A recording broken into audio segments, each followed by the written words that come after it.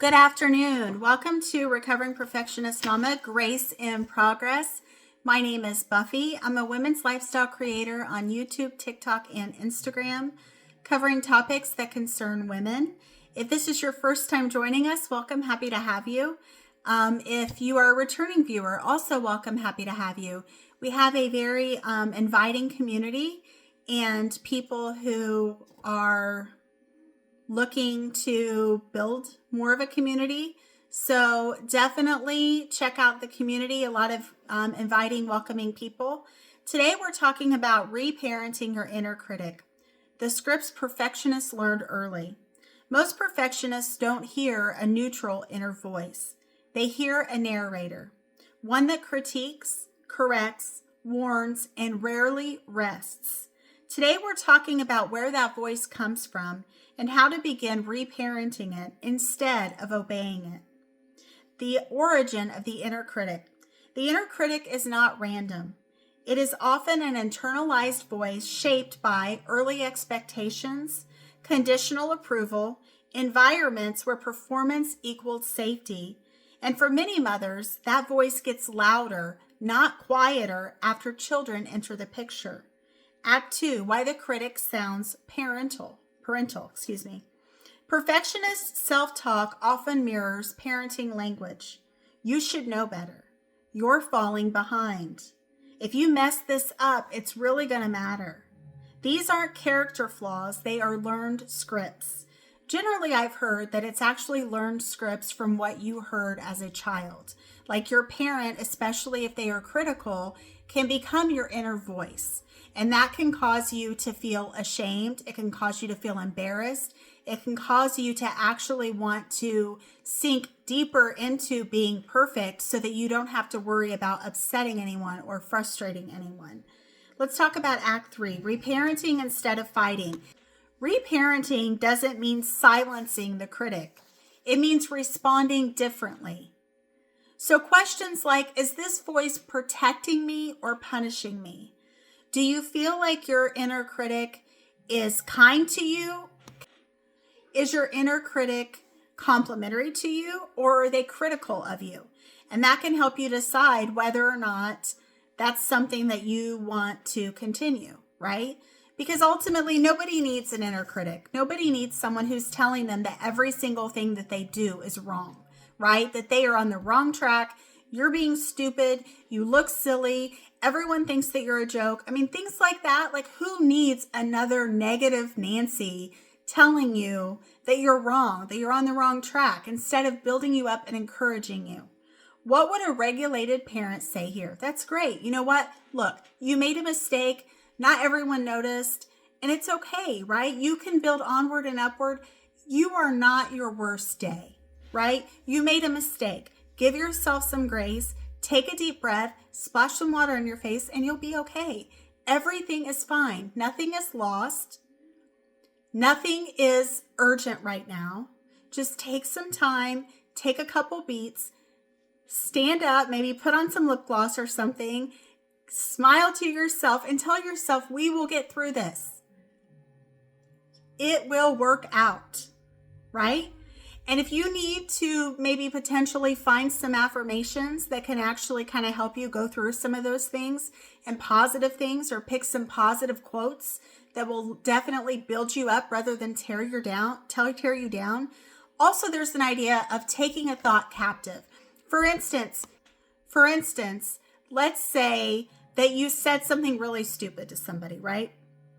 And so you're like just hearing this over and over in your head. Oh my goodness, I can't believe that I just said that. I can't believe that I just said that. I can't believe that I just said that. You take that thought, okay? I said to someone, oh my goodness, I love your hair. It looks great. Like, what color is that? Is that like cranberry colored? And then like you realize that was clearly not the intent. And so you're like, oh my goodness, oh my goodness, oh my goodness. And you're like, look, yeah, I'm sorry. I wasn't, and it's like, you think about it, it's like, it's probably not as bad, especially if you're a recovering perfectionist like I am. You can tend to make like a mountain out of the molehill. And so you're like, oh my goodness, like I was so stupid. I can't believe I said that. I can't believe I said that. And then you have the moment where you're like, okay, look, it's not.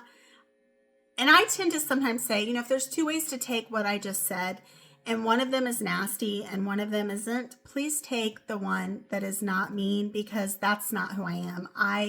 And they're like, okay, well, why would I think that what you said was mean? And I'm like, I don't know. I just worry about stuff like that. I don't want anyone to think that I'm intentionally mean-spirited or ill-spirited.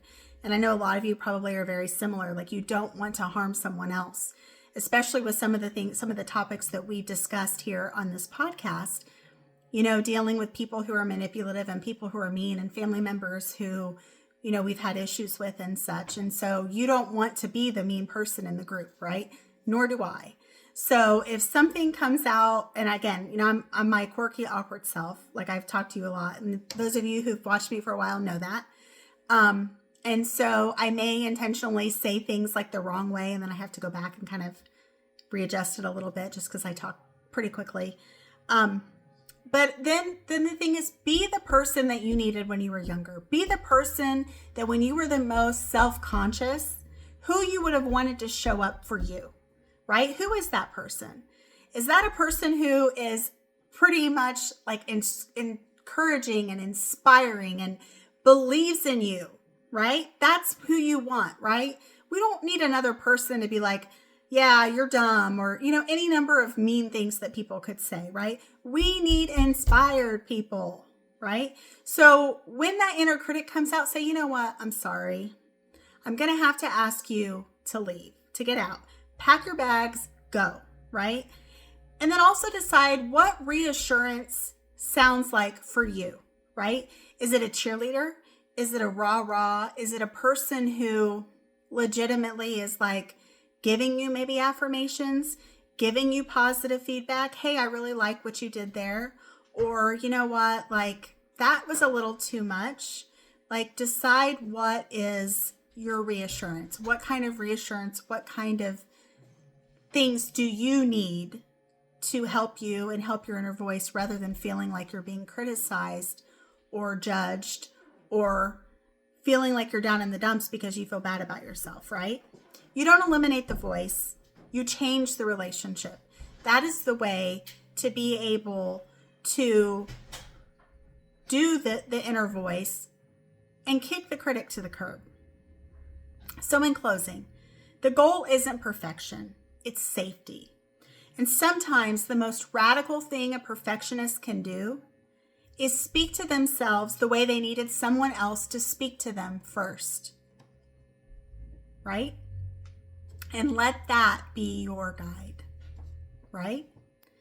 Thank you for tuning in to Recovering Perfectionist Mama, Grace in Progress. And I want to say thank you to each and every one of you who tuned in. I hope that gave you a little bit of maybe inspiration. It's just start working towards changing the inner critic, because no one needs an inner critic, right? We're already hard enough on ourselves. We don't need other people to do it for us in our head where we can't reach them, right? So again, thank you so much, and I hope you have a great rest of your day, and I hope you will tune in again to Recovering Perfectionist Mama, Grace in Progress. Again, I'm Buffy, and it means a lot to me that you tuned in, and I hope you have a great day. Bye-bye.